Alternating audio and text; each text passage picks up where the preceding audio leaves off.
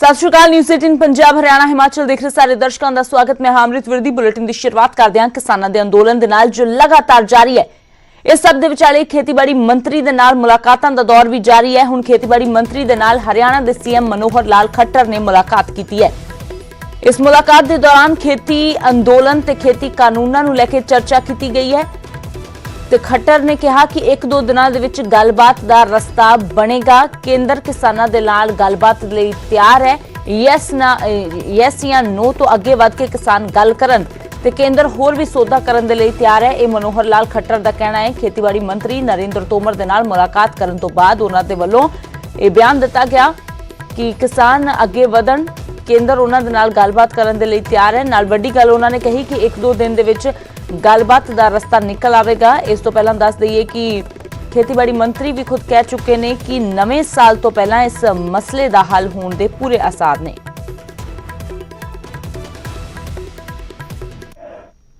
जल्दी एक दो दिन के अंदर कोई ना कोई बातचीत का रास्ता ऐसा बनेगा। और ये क्योंकि किसान बड़ी संख्या में इकट्ठे हैं और खास करके जब कोरोना का समय चल रहा है और उधर सर्दी भी बहुत है, तो हमारी सबकी सहानुभूति भी है इस विषय को लेकर के। किसान भी हमारे अपने हैं, इसलिए एक आपस में समझ बन करके यह रास्ता इसका निकले। निश्चित रूप से अगर वो इस विषय पर आते हैं तो सरकार तो हमेशा तैयार है, क्योंकि अभी तक जो किसानों ने पहले जो कहा था कि इसको वापस लो, हाँ करो या ना करो, वो विषय चूंकि बातचीत का कोई दायरा नहीं हो सकता।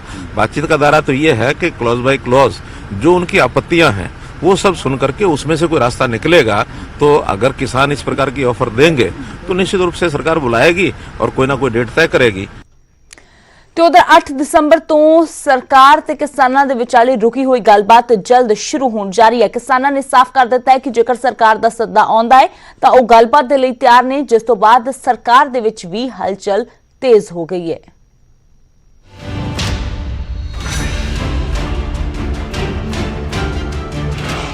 शुक्रवार ਨੂੰ ਪ੍ਰਧਾਨ ਮੰਤਰੀ ਨਰਿੰਦਰ ਮੋਦੀ ਨੇ ਕਿਸਾਨ ਜਥੇਬੰਦੀਆਂ ਨੂੰ ਅਪੀਲ ਕੀਤੀ ਸੀ ਕਿ ਸਰਕਾਰ ਨਿਮਰਤਾ ਸਹਿਤ ਕਿਸਾਨਾਂ ਦੇ ਨਾਲ ਗੱਲਬਾਤ ਕਰਨ ਦੇ ਲਈ ਤਿਆਰ ਹੈ।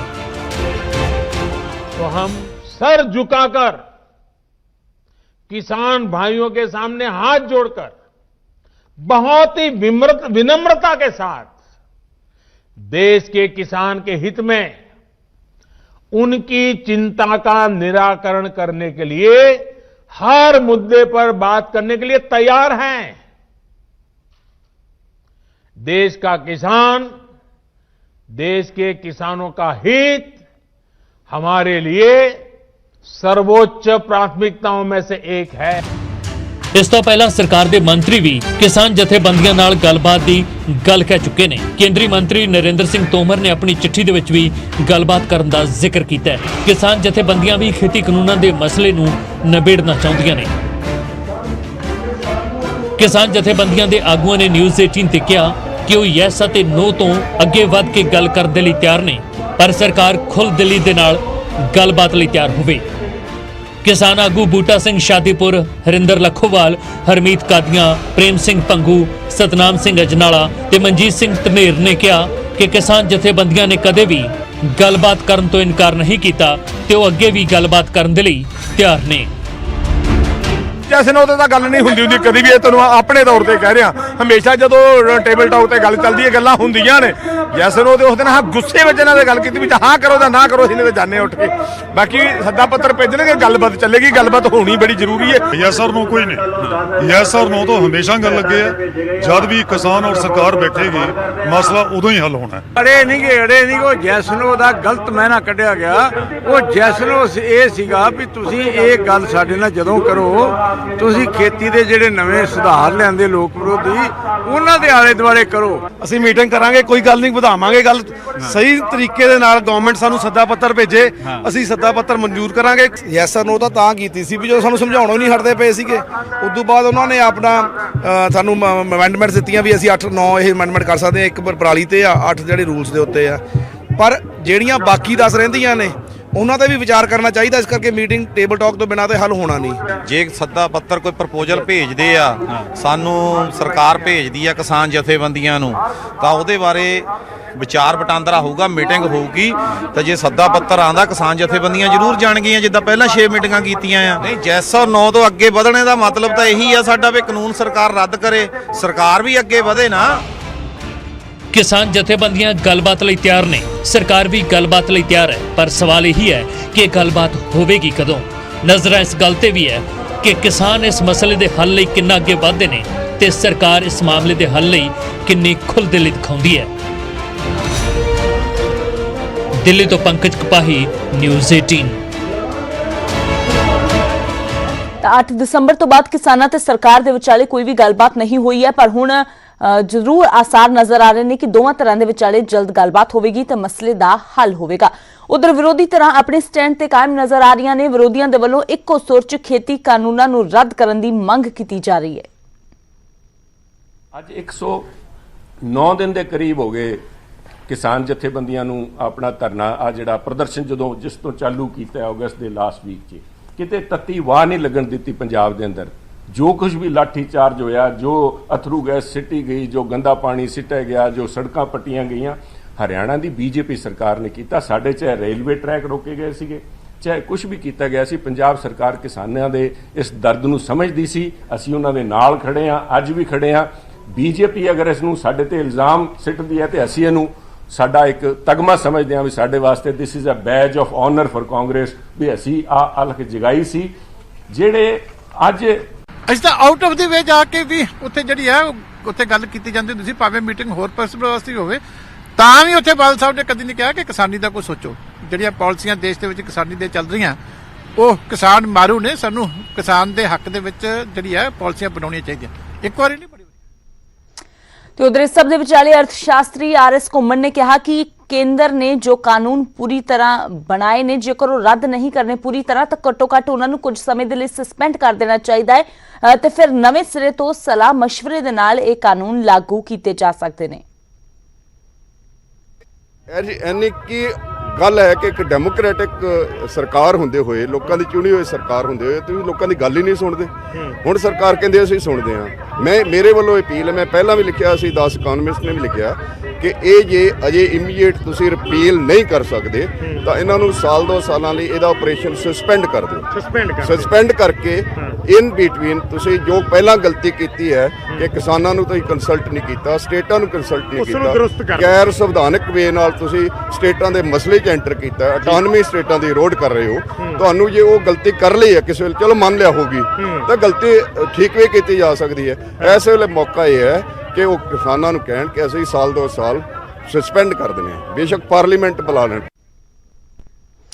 ਤੇ ਉਧਰ ਸਮਾਣਾ ਦੇ ਵਿੱਚ ਇਨਕਮ ਟੈਕਸ ਵਿਭਾਗ ਐਕਸ਼ਨ ਦੇ ਵਿੱਚ ਨਜ਼ਰ ਆਇਆ ਹੈ। ਇਥੋਂ ਦੇ ਆੜਤੀਆਂ ਦੇ ਟਿਕਾਣਿਆਂ ਤੇ ਇਨਕਮ ਟੈਕਸ ਵਿਭਾਗ ਨੇ ਰੇਡ ਕੀਤੀ। ਹਾਲਾਂਕਿ ਇਸ ਰੇਡ ਤੇ ਕਈ ਤਰ੍ਹਾਂ ਦੇ ਸਵਾਲ ਵੀ ਖੜੇ ਹੋ ਰਹੇ ਨੇ।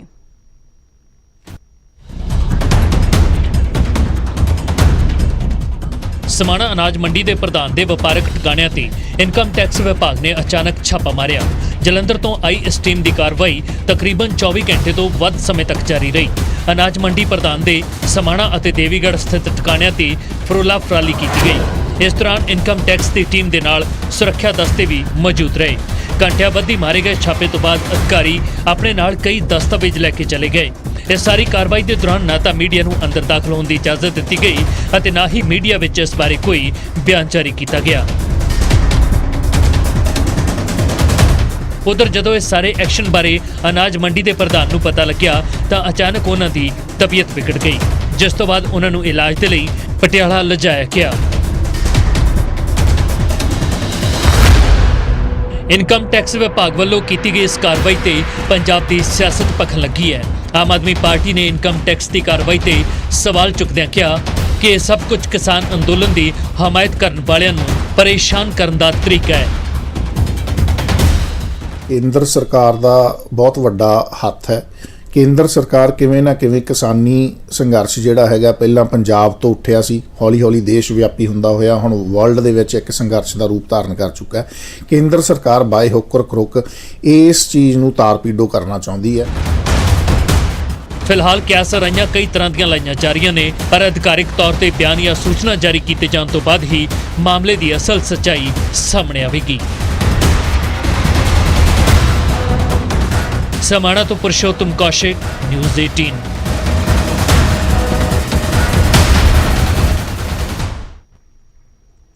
ਤੇ तो उधर आड़तियां ते इनकम टैक्स विभाग की रेट तो कैप्टन अमरिंदर सिंह भड़कते नजर आए ने। कहा आड़तियां की आवाज दबना चाहती है केंद्र सरकार। कैप्टन ने कहा बीजेपी बदले की भावना के नाल काम कर रही है, किसान कारोबारियों नूं डरा रही है केंद्र सरकार। ये भगवंत मान ने भी कहा किसानों का समर्थन कर रहे ने आड़तीए, उन्हां ते बदले की कार्रवाई की जा रही है। बीजेपी नूं आड़तियां दी बाह मरोड़ दी नीति महंगी पवेगी। तो कैप्टन अमरिंदर सिंह दे नाल भगवंत मान भी केंद्र ते वरदे नजर आए।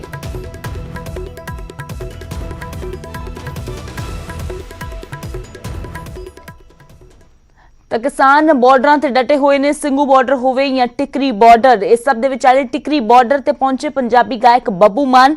ਬੱਬੂ ਮਾਨ ने किसान अंदोलन का समर्थन किया ते अपने गीतों के नाल किसानों का हौसला वधाया।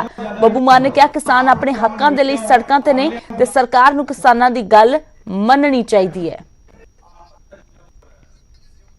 पीड़ा नाले जमिया ने साडी तुरतों किस्मत मारी, साडियां फसलों का कातों लाउंदे मुल व्यापारी।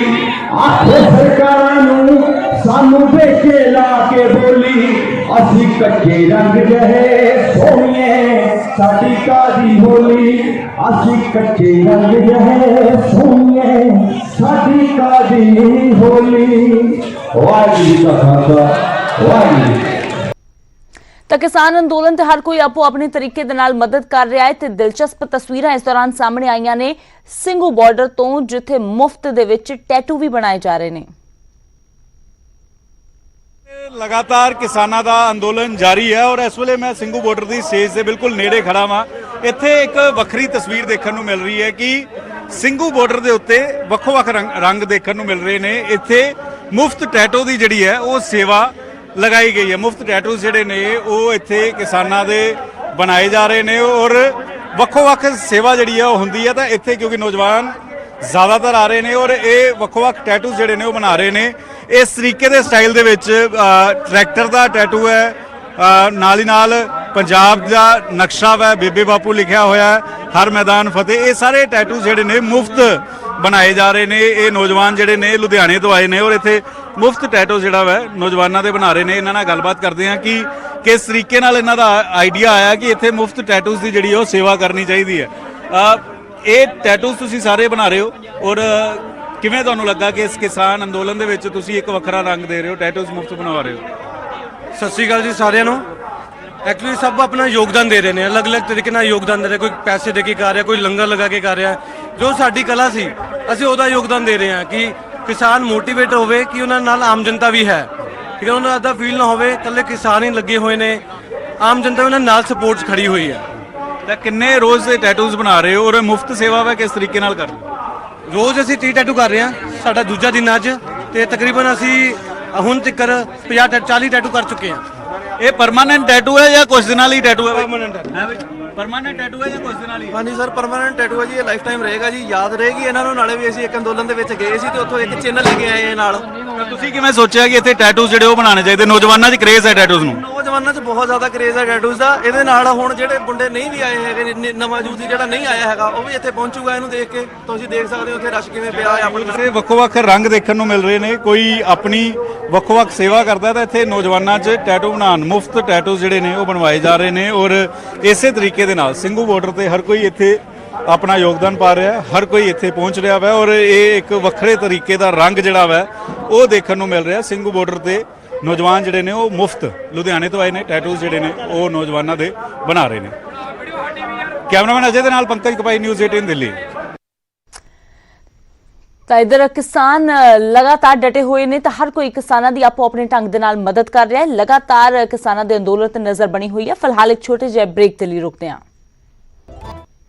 ब्रेक तो बाद एक बार फिर थोड़ा स्वागत है। किसान दिल्ली मोर्चे ते बैठे हुए ने ते मगरों परिवार मैंबरां ते बच्चियां ने खेती दा मोर्चा संभालिया होया है। कुछ अजिहियां तस्वीरां जलंधर ते करतारपुर तो सामने आईयां ने जिथे 17 साल की एक लड़की ने अपने पिता की जिम्मेवारी संभाल रही है।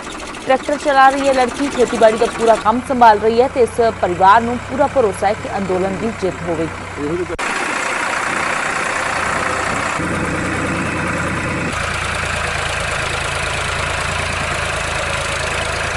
ਸ਼ੁਰੂ ਤੋਂ ਉਹਨਾਂ ਉਹਨਾਂ ਨੂੰ ਇਦਾਂ ਵਾਹੁੰਦੇ ਹੋਏ ਦੇਖ ਰਹੀ ਸੀਗੀ, ਫਿਰ ਟਰੈਕਟਰ ਚਲਾਉਂਦੇ ਹੋਏ ਤੇ ਇੱਕ ਸ਼ੌਂਕ ਬਣ ਗਿਆ ਸੀਗਾ ਵੀ ਮੈਂ ਵੀ ਸਿੱਖਣਾ ਹੈ ਤੇ ਮੈਂ ਵੀ ਚਲਾਉਣਾ ਹੈ। ਜਿੱਦਾਂ ਫਿਰ ਭਰਾ ਵੱਡਾ ਹੋਇਆ ਤਾਂ ਉਹ ਵੀ ਚਲਾਉਣ ਲੱਗ ਪਿਆ ਸੀਗਾ। ਸੋ ਮੈਨੂੰ 3-4 ਸਾਲ ਹੋ ਗਏ ਮੈਨੂੰ ਸਿੱਖੇ ਹੋਏ ਨੇ ਟਰੈਕਟਰ। ਕੀ ਕੰਮ ਕਰ ਲੈਂਦੇ ਹੋ? ਜਿਹੜਾ ਜਿੱਦਾਂ ਹੁਣ ਸਿੱਖੀ ਜਾ ਰਹੀ ਹਾਂ ਹੌਲੀ ਹੌਲੀ, ਵਾਹੁਣਾ ਸਾਰਾ ਕੁਝ, ਆਲੂ ਪੱਟਨੇ ਵਗੈਰਾ, ਜਿੱਦਾਂ ਹੁਣ ਡਿੱਗਾ ਚਲਾਉਣਾ ਹੁੰਦਾ ਪਾ ਕੇ ਉਹ ਵੀ ਕਰ ਲਈਦਾ ਆ। ਹਾਂਜੀ, ਹੋਰ ਵੀ ਜਿਹੜੇ ਕੰਮ ਉਹ ਵੀ ਕਰ ਲਈਦੇ ਆ। ਉਧਰ ਅਬੋਹਰ ਦੇ ਵਿੱਚ ਕਿੰਨੂ ਦੀ ਖੇਤੀ ਕਰਨ ਵਾਲੇ ਕਿਸਾਨ ਨਿਰਾਸ਼ ਨਜ਼ਰ ਆ ਰਹੇ ਨੇ। ਕਿਸਾਨਾਂ ਦਾ ਕਹਿਣਾ ਹੈ ਕਿ ਉਹਨਾਂ ਨੂੰ ਢੁਕਵਾਂ ਰੇਟ ਨਹੀਂ ਮਿਲ ਰਿਹਾ, ਕੋਈ ਵੀ ਵਪਾਰੀ ਕਿੰਨੂ ਖਰੀਦਣ ਨਹੀਂ ਆ ਰਿਹਾ। ਬੂਟੇ ਕਿੰਨੂਆਂ ਨਾਲ ਭਰੇ ਹੋਏ ਨੇ, ਜਿਸ ਕਾਰਨ ਹੁਣ ਫਲ ਡਿੱਗਣਾ ਸ਼ੁਰੂ ਹੋ ਗਿਆ। ਜੋ ਕਿੰਨੂ ਪਿਛਲੇ ਸਾਲ 15 ਤੋਂ 20 ਰੁਪਏ ਪ੍ਰਤੀ ਕਿਲੋ ਵਿਕਦਾ ਸੀ, ਇਸ ਵਾਰ ਕੋਈ ਉਸ ਨੂੰ ਖਰੀਦਣ ਦੇ ਲਈ ਹੀ ਤਿਆਰ ਨਹੀਂ ਹੈ।